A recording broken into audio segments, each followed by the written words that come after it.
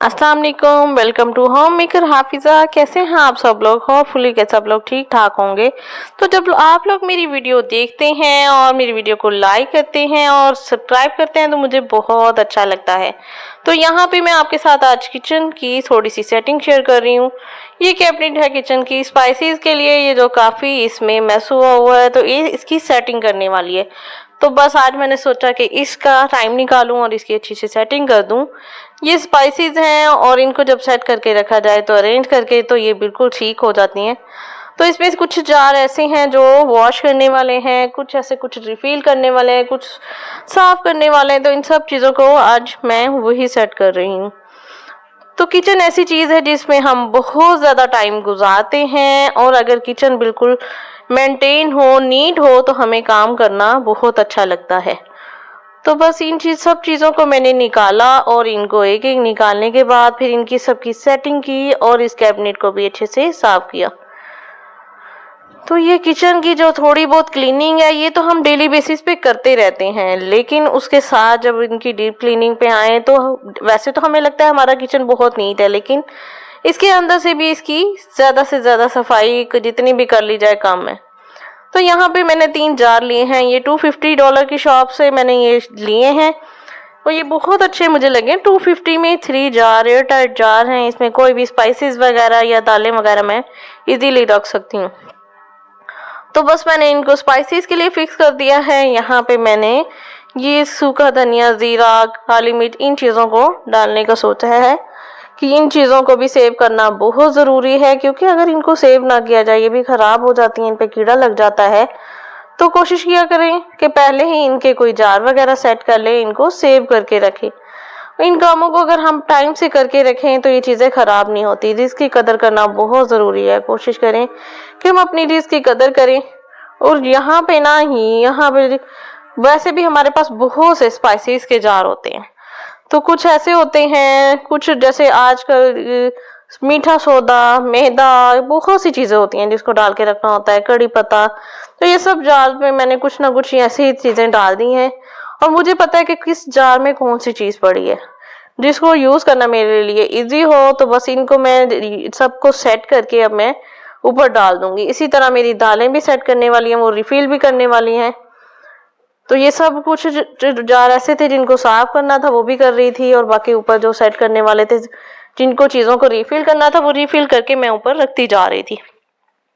तो कोशिश किया करें मंथ में जैसे ही आपका कोई भी राशन वगैरह आया है तो उसको ग्रोसरी वगैरह आई है, उस ग्रोसरी को साथ ही सेट कर लिया करें। अगर दालें हैं, अगर स्पाइसेस हैं तो उनके जार्स में ना पहले ही डाल के उसको साथ ही डाल के रखते हैं। इस तरह चीज़ खराब भी नहीं होती और बिखरती भी नहीं है और साथ ही साथ सारी सेटिंग होती रहती है। तो ये देखें मैंने इसको सेट कर लिया है, कुछ पीछे हैं कुछ आगे हैं। और इसी तरह ये दूसरी कैबिनेट है, ये भी स्पाइसेस के लिए। इसमें सारे नेशनल के डब्बे, स्पाइसेस और ये चीज़ें मैं रखती हूँ। इसकी थोड़ी सी इसमें भी सेटिंग खराब थी, इसको भी सेट करना था। और दालें, जो ये दालों के मेरे पास 4 जार हैं, ये बड़े प्यारे से मुझे मिले थे, ये मैंने लिए। तो इनके बीच में मैं दालों सेट करती हूँ, तो ये भी रिफिल करने वाली थी। तो दालें जो थी ना, मेरी चने की दाल तो बिल्कुल ख़त्म थी, बाकी दालें जो थी वो कुछ कुछ थी।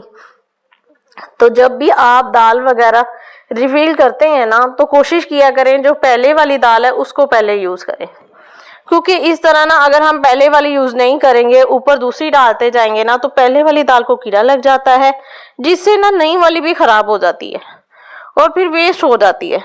तो इस तरह कोशिश करें कि वो वेस्ट ना हो। मैं क्या करती हूँ कि पहले वाली दाल को एक प्लेट में निकाल के बाकी दूसरी वाली डाल के फिर ऊपर ये वाली डालती हूँ। इस तरह रिफिल करने से ना ऊपर वाली जो होती है पुरानी होती है, वो हम पहले ओल्ड वाली जो होती है उसे यूज़ करते हैं। तो उसको इस्तेमाल करने से ये है कि पहले वाली चीज़ पहले यूज़ होती है, दूसरी और न्यू आती है वो बाद में यूज़ होती है। तो इस तरह रिस्क की बेकदरी नहीं होती, रिस्क ज़ाया नहीं होता। रिस्क की कदर करनी बहुत ज़रूरी है। अल्लाह ताला हमें अगर रिस्क दे रहा है तो उसकी कदर करें, अल्लाह का शुक्र अदा करें और उसके साथ उसकी कदर करें। तो रिस्क की कदर करने से रिस्क में बरकत होती है। छोटी छोटी चीज़ों से हमें बहुत बरकत मिलती है अगर हम इन छोटी छोटी बातों का ख्याल रखें, चाहे वो चीज़ें पकी हों या ना पकी हों। जैसे खाना बनता है तो उसकी भी कदर करनी चाहिए। इन सब चीज़ों का हम ख्याल रखेंगे तो खुद ब खुद हमारे जो बच्चे हैं उनके अंदर भी ये हैबिट्स आ जाती हैं। तो बस मैंने यहाँ पे ये दालों को रिफिल किया है और उसके बाद जो मेरा नेक्स्ट जो था कैबिनेट उसको भी मैंने सेट कर लिया है। यहाँ पे इसकी भी सारी स्पाइसेस मैंने जार में डाली, जो भी हैं सेट करके रख दी हैं। और इसी तरह काउंटर टॉप पे जब हम ये चीज़ें रखते हैं तो इनको भी ना डेली बेसिस पे साफ करना बहुत ज़रूरी हो जाता है। अगर इनको साफ नहीं करेंगे तो इन पे डस्ट पड़ती जाती है और वो बिल्कुल जम जाती है, तो फिर इन पे ना सामने काउंटर टॉप पे चीज़ें रखने का कोई फ़ायदा नहीं है।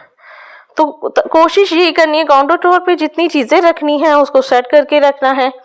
तो ये मैंने अपनी आसानी के लिए रखी हुई हैं। कुछ ऐसी चीज़ें हैं जो मुझे बहुत आसानी देती हैं, जैसे शुगर, पत्ती, इन चीज़ों का बहुत यूज़ होता है, स्पाइसेस का बहुत यूज़ होता है, ऑयल का बहुत यूज़ होता है। तो इसको अगर मैं यहाँ पे रखती हूँ तो मुझे बहुत आसानी होती है, बार बार कैबिनेट ओपन नहीं करने पड़ते। तो कोशिश करती हूँ डेली बेसिस पे इनको एक बार नाश्ते के बाद जब मैं फ्री होती हूँ इनको साफ कर लूँ। तो अगर ना भी टाइम मिले तो कोशिश करें एक दिन के बाद ज़रूर इसको साफ कर लें।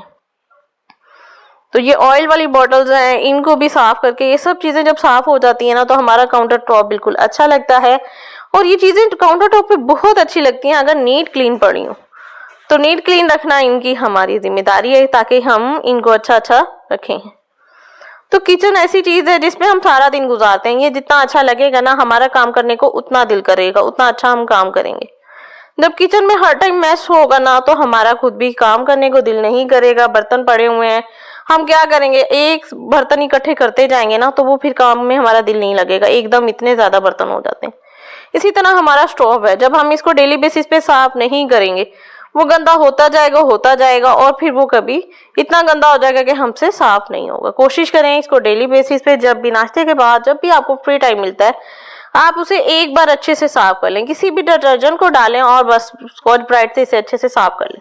मैं सोप की मदद से भी अच्छे से साफ कर लेती हूँ। तो डेली बेसिस से साफ करने से ये होता है कि मेरा स्टोव इतना गंदा नहीं होता, उसको साथ के साथ मैं बिल्कुल उसे क्लीन रखती हूँ। यहाँ पे मैंने अच्छी तरह स्कॉच ब्राइट से साफ कर लिया। मैं गीला कपड़ा लूंगी, उसके साथ अच्छे से साफ कर लूंगी। और अच्छे से साफ करने से उसके बाद ना एक ये हमने ज़रूर करना है कि एक ड्राई कपड़ा लेना है और उसको अच्छे से स्टोव को साफ कर लेना है। ड्राई कपड़े के साफ करने से ये होगा कि इसकी शाइनिंग वापस आ जाती है, बिल्कुल न्यू लगता है। यहाँ पे आप देख सकते हैं बिल्कुल नीट क्लीन हो गया, ज़बरदस्त। तो बस अभी सारा दिन हमें डेली दिन में जितनी बार खाना बनेगा उतनी बार साफ करने की ज़रूरत नहीं है। उतनी बार ये है कि कोई चीज़ गिर गई है तो हमने एक अपने पास ही कपड़ा रखना है, उसके साथ साफ करते रहना है। इसी तरह ये भी छोटी छोटी चीज़ों का हमें ख्याल रखना है। किचन में हम सारा दिन रहते हैं तो उसको ख्याल रखना हमारा बहुत हमारे लिए ज़रूरी है। और वैसे भी कहते हैं कि एक औरत जो है ना वो अपने किचन से पहचानी जाती है।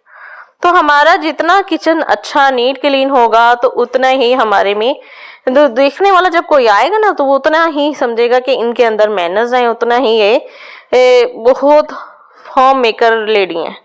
तो इन चीज़ों का हम ख्याल रखा करें। और होपफुली कि आप लोगों को ये वीडियो अच्छी लगी होगी, टिप्स अच्छे लगे होंगे। तो इंशाल्लाह इसी तरह की मैं आपके लिए ज़बरदस्त से अच्छे से टिप्स लाऊंगी। तो आप मुझे सपोर्ट करें, मेरी वीडियो को लाइक कर दें, साथ ही चैनल को सब्सक्राइब करें, हो सके तो अपनी फ्रेंड में, फैमिली में शेयर कर दें और बेल आइकन का बटन ज़रूर प्रेस करें। इंशाल्लाह मिलते हैं इसी तरह की मज़े सी अच्छी सी वीडियोज़ में। तो इंशाल्लाह आप भी मुझे दुआओं में याद रखें। अल्लाह हाफिज़।